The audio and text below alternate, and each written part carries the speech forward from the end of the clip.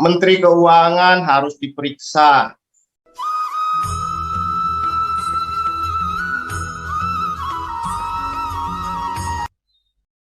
Komitmen untuk menghentikan seluruh pembiayaan, baik dari sektor perbankan maupun keuangan untuk energi kotor. Jadi sebetulnya ke depan sudah tidak ada ruang lagi bagi perkembangan energi kotor. Dan kalau kita bicara energi kotor, kita ini salah satu eksportirnya yang paling besar. Kita menghasilkan 700 juta ton batu bara, 100 juta tonnya dipakai dalam negeri, 600 juta tonnya diekspor. Dan itu ya, yang melakukan ekspor itu legal, karena disebutkan oleh Presiden kita mengekspor batu bara 600 juta ton, sampai 700 juta ton. Lalu kemudian kita juga punya energi kotor yang lain, namanya sawit. Sawit diubah menjadi biodiesel di Indonesia. Dan itu sudah ditolak oleh Uni Eropa bahwa sawit bukan merupakan bagian dari transisi energi.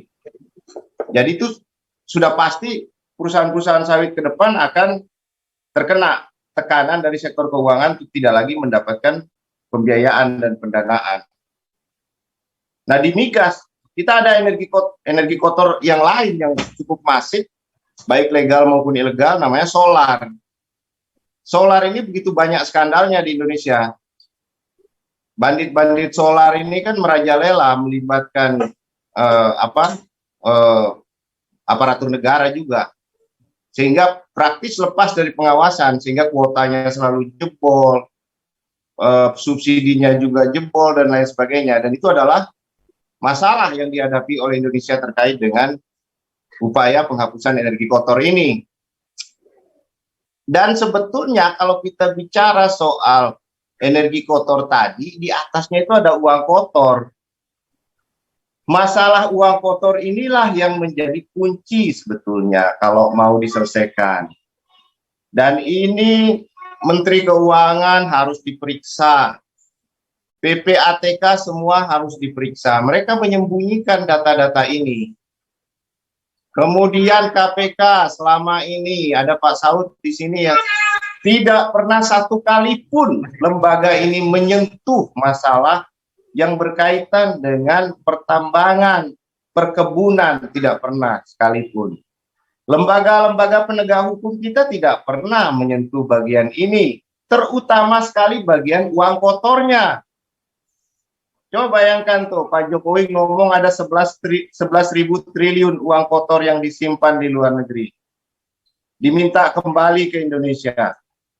Lalu disebutkan lagi di dalam Panama Papers dan Pandora Papers. Berapa banyak itu pejabat-pejabat Indonesia yang ada namanya di situ. Iya kan? Lalu tiba-tiba PPATK menemukan, katanya ada uang judi 155 triliun beredar. Yang lain bagaimana? Uang tambang, uang apa?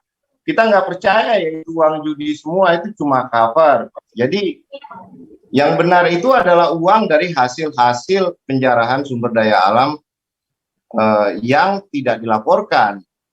Jadi sebetulnya bagian dari sisi keuangan ini yang tidak tersentuh.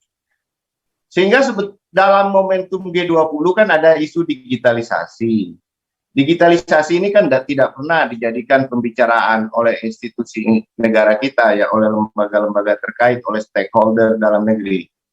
Digitalisasi ini akan mengarah kepada transparansi keuangan.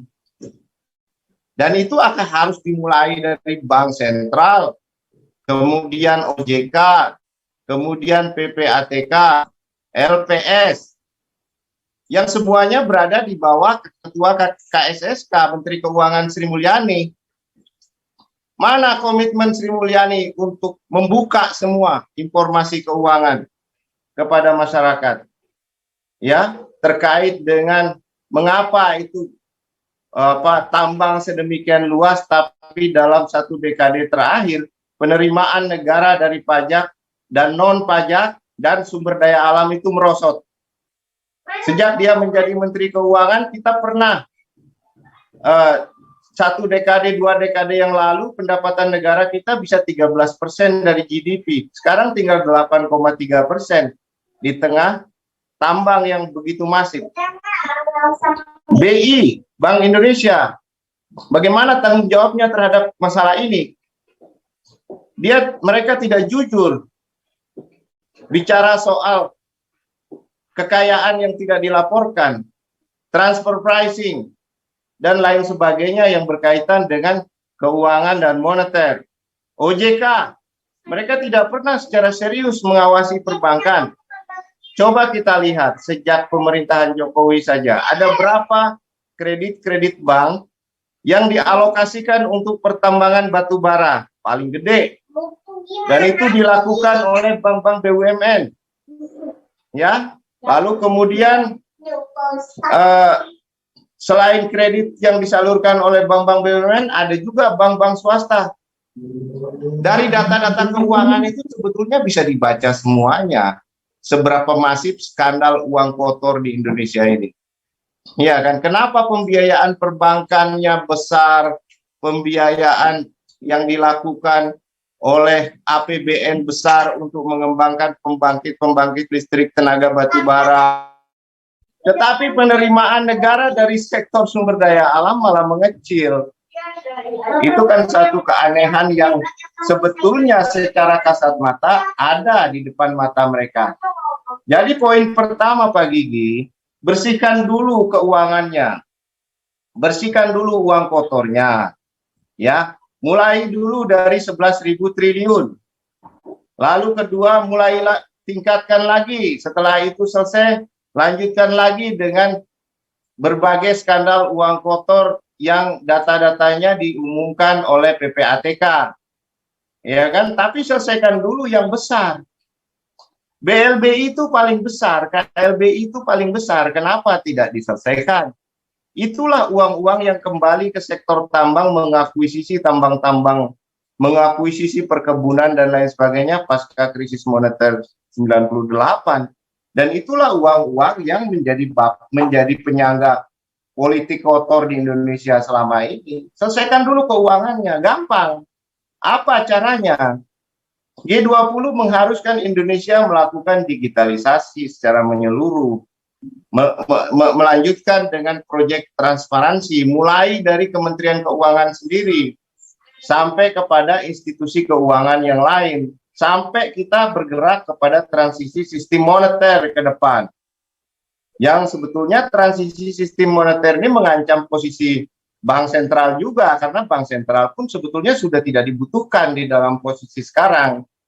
Jadi kalau kita tidak mulai dari uang kotor, maka kita sulit membersihkan tambang-tambang dan energi kotor ini. Karena itu tambang-tambang ilegal itu tidak sampai 10% dari total tambang di Indonesia. Dari ilegal saja sudah sedemikian dahsyatnya ya uangnya. Bagaimana yang legal?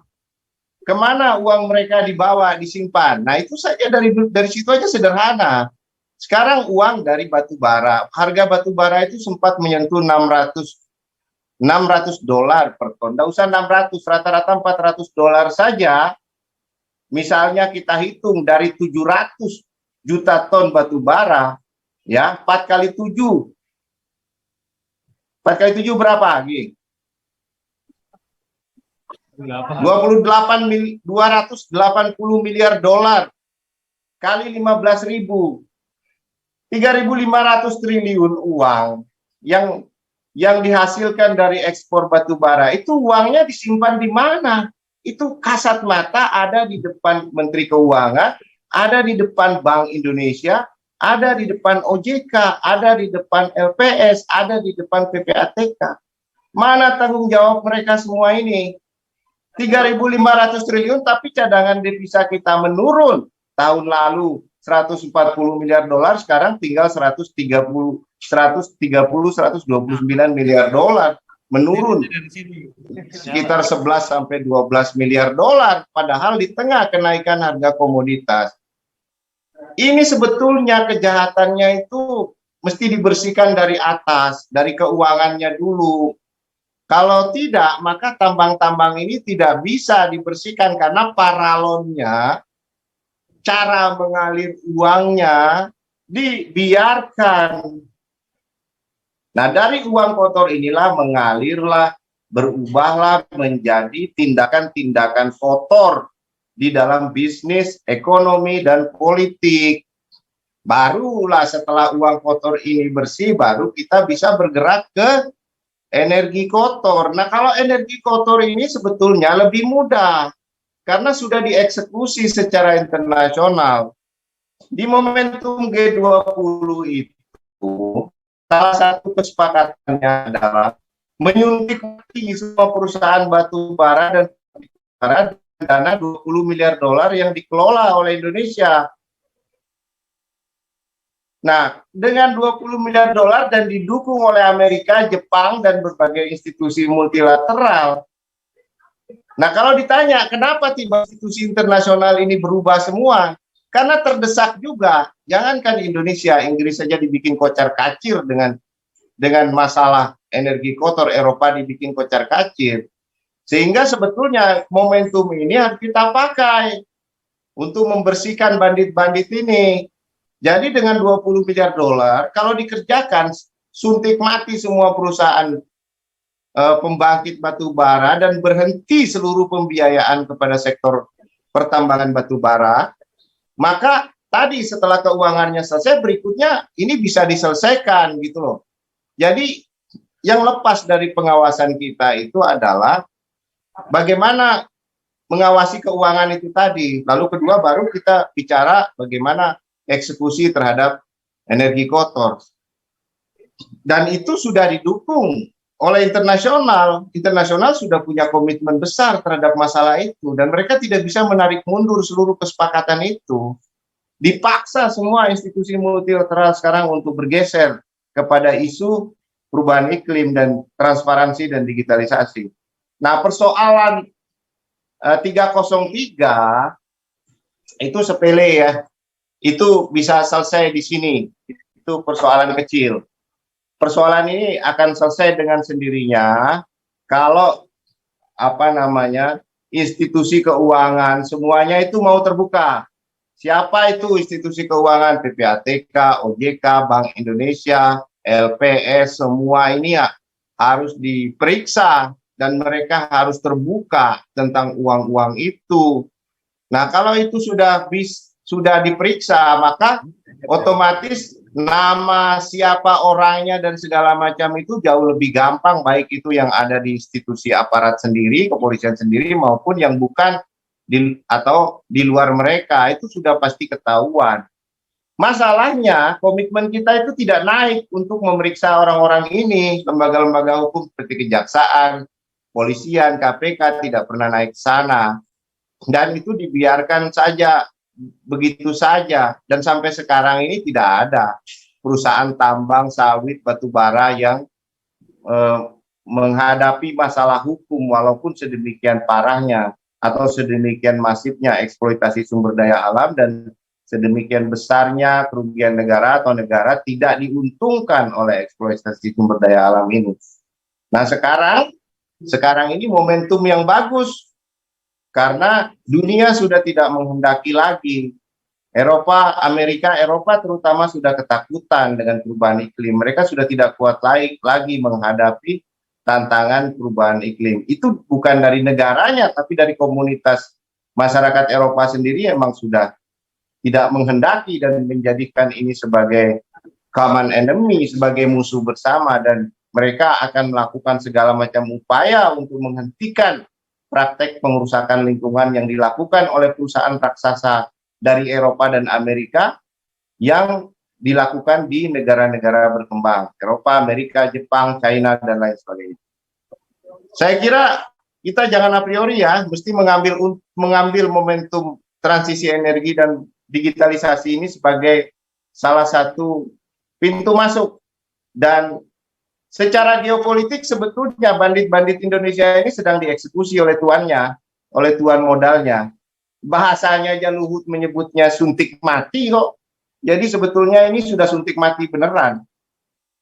Bukan suntik vaksin, ini suntik mati batu bara. Masih Gi? Baik. Baik, Bung Daeng. Mungkin penjelasan Bung Daeng ini kalau kita tarik kesimpulan bahwa negara ini seolah-olah tidak ada kemauan untuk memberikan satu perubahan penggunaan energi bersih gitu ya. Jadi nggak bisa Ki, nggak bisa. Kalau dia nggak mau, ini akan kering, akan dikeringkan. Seluruh kantong-kantong mereka ini akan dikeringkan. Tidak ada lagi pembiayaan di luar perubahan transisi energi, tidak ada lagi. Kalau mereka tidak mau membersihkan uang kotor dan tidak mau membersihkan energi kotor, maka kering itu kantongnya Sri Mulyani itu. Tidak mungkin dia dapat uang lagi ke depan untuk pembiayaan, apalagi bayar utang. Jadi sebetulnya ini pilihan to be or not to be, nggak ada jalan keluar yang lain. Dan itu harus disadari oleh mereka. Ya, problemnya hari ini kan gini, Bung. Ini kan ada perubahan gerak dunia yang menuju energi bersih. Nah, sementara oligarki kita yang selama ini menopang ekonomi nasional ini kan berasal dari energi kotor, yaitu batu bara dan segala macamnya kan itu. Nah, oligarki ini sudah berubah bentuk menjadi juga pemain dari energi bersih, Bu. Itu bagaimana itu? Nggak bisa mereka itu. Bukan ininya mereka, bukan. Memang mereka berupaya, Adaro berusaha untuk lari ke energi bersih, beberapa perusahaan-perusahaan besar. Tapi mereka sudah keluar uang banyak untuk akuisisi tambang batu bara di Australia, akuisisi tambang batu bara di berbagai negara. Jadi ini tidak akan bisa menutupi kos mereka di energi kotor. Dan kedua, masalah uang mereka ini taruh di mana? Sekarang mereka dapat pinjaman banyak sekali dari Bank Indonesia, dari bank-bank di dalam negeri, tapi sisi lain mereka akuisisi tambang-tambang batu bara di Australia dan lain sebagainya. Jadi ini sebetulnya luar biasa ini mereka ini. Tapi saya rasa mereka boleh berusaha. Mereka boleh masuk ke isu transisi energi. Tapi ini bukan tempatnya buat mereka, Gi. Gak bisa. Kita akan uji ini, keadaan ini. Memang mereka berusaha. Dan ada usaha juga untuk menutup pembangkit PLN batubara lebih dulu. Atau mengambil portofolio PLN di energi terbarukan untuk jatuh ke tangan mereka. Ada usaha itu. Misalnya bagaimana mereka memprivatisasi pembangkit listrik tenaga uap, bagaimana mereka dengan strategi subholding mencoba mengambil alih itu, tapi kan nggak bisa, orang juga tahu itu punya negara PLN, gimana mereka mengambil portofolio terbarukan milik PLN. Mereka sendiri adalah bandit-bandit raksasa di energi kotor. Dunia tahu, Gi, ini era transparansi, ini era keterbukaan, mau lari kemana kau? Baik, Bung. Ini satu hal menarik ya. Memang kita perlu cermati bagaimana oligarki selama ini